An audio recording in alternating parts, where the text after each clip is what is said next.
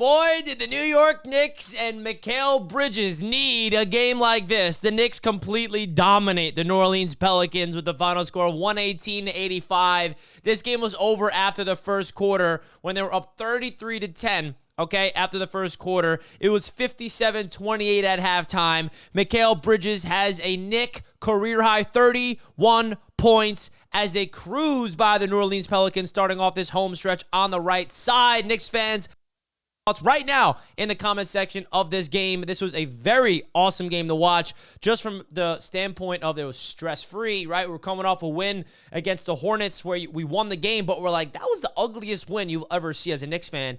And now you see this one, you're like, this is the most dominant win you'll ever see. Now, it's the Pelicans, who are, what, like 4-17, so obviously it's not a big deal to beat up with a team like that, but we need this team to start dominating, okay? And more specifically, Bridges to start playing better basketball, and that's what we saw today. So really big shout out to Bridges. Also big shout out to BetUS for being the proud sponsor of Knicks Media all season long. Make sure you guys check them out by using the code YouTube150 when you sign up to make your 150% sign-up bonus on your first deposit, 125% on your next two deposits. That's all the way up to $2,000. All your favorite Knicks prop bets, futures, spreads, you name it, is right there on BetUS. So big-time shout-out to them, and please bet responsibly. Now, getting more into Mikal Bridges, you see the shot-making that he had today, and this is a big deal because there's a lot of talking heads getting on Mikal Bridges, and even Josh Hart, who I give so much love to, man. I just love Josh Hart. Every Knicks fan should.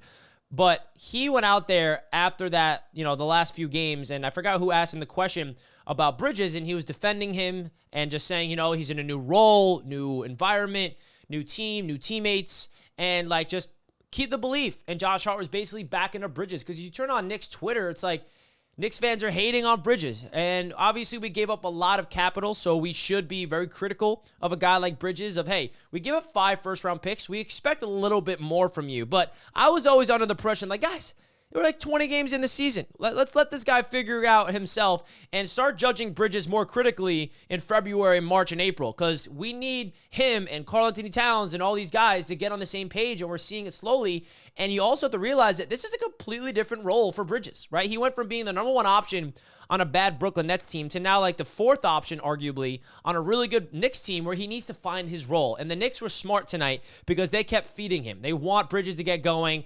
Everybody around Bridges knows. Brunson knows. Cat, Josh Hart, OG, they all know if Bridges can get comfortable and he can get going offensively, this Knicks team is absolutely a lock, all right, to do special things this season. And also, big positive tonight is we saw the deep bench go out there with 8 minutes left in the fourth quarter. Thibodeau actually played the bench. Matt Ryan got some minutes. Huck Porty, Kolek. Okay, maybe Tibbs is adjusting a little bit. But outside of Bridges, Karl-Anthony Towns had how many rebounds at half? 17 or something like that? Cat just dominated this game as usual. 14 points, 19 rebounds.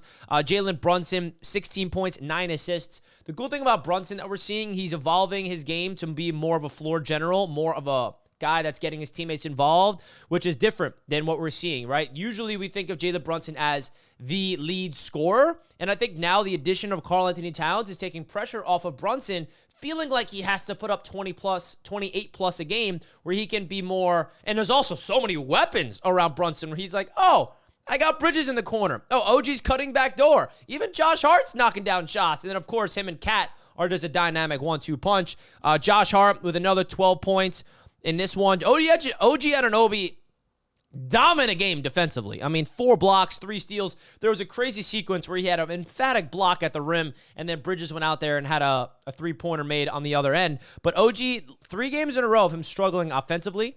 And I think that's interesting because the guy went out there and put up 40 points against the Nuggets, career high. We're like, dude, if OG can do this, and then he had 3 straight stinkers offensively. OG with 7 points of 2 of 10 from the field. Not concerned about OG at all. The reason why he's such an impactful basketball player is when his offense is not there, his defense is always there. I mean, 4 blocks and 3 steals, plus minus of plus 32. I mean, come on now. OG's plus minus for the Knicks is plus 400 or something as a career. I don't remember the exact number, but it's absurd, all right? Deuce McBride, another big game off the bench, 13 points. Payne with 8 points. Jericho Sims had impacts in this game, 13 rebounds for Jericho.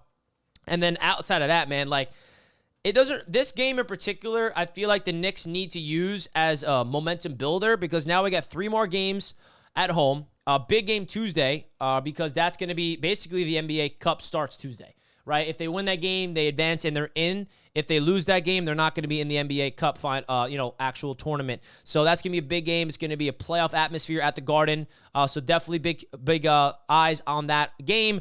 And then we're back against the Charlotte Hornets Thursday, Detroit on Saturday, and then away in Toronto. So big game against a good team in Orlando, and then 3 straight games that are definitely winnable for the Knicks. So hopefully we can separate ourselves in the standings and go on a little run here. And, this Knicks season's been interesting, right? A lot of highs mixed with a lot of lows. We're either dominating teams or getting dominated or just not looking great. Like, very inconsistent is the word you definitely say to categorize this Knicks team at this point of the season. But I expect that early on with the new roster like the Knicks have. So hopefully we can put all the adjustments and keep grinding and keep figuring each other out so we can start playing our best brand of basketball in the new year 2025. I feel like now that we're entering December and we're the 4th seed, I believe, in the East, or right behind the Magic, we're in a good spot. It's just the Cavs and the Celtics that are separating themselves, and this Knicks team is proving that they stay healthy on, especially the starting 5. The healthier we get with Precious coming back and Mitch coming back and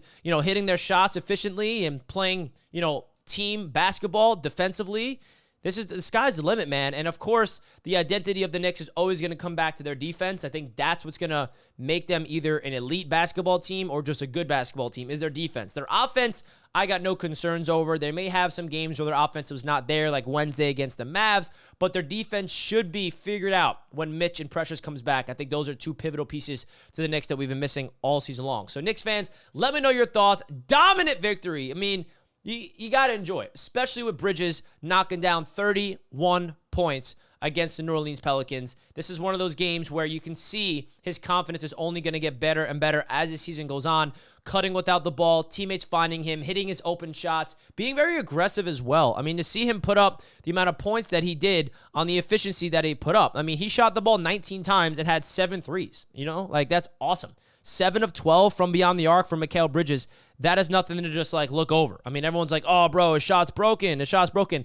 Ain't look broke tonight. Did not look broke tonight, all right? The mid-range is cash, so big-time shout-out to Mikal Bridges. He needed that game himself. Knicks fans needed to see him have a game like that so we can justify the trade that we did, and we're just getting started, Knicks fans. So let me know your thoughts in the comment section, folks.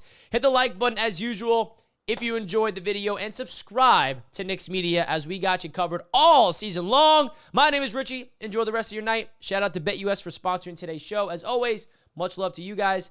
See you next time. Peace out, and let's go Knicks.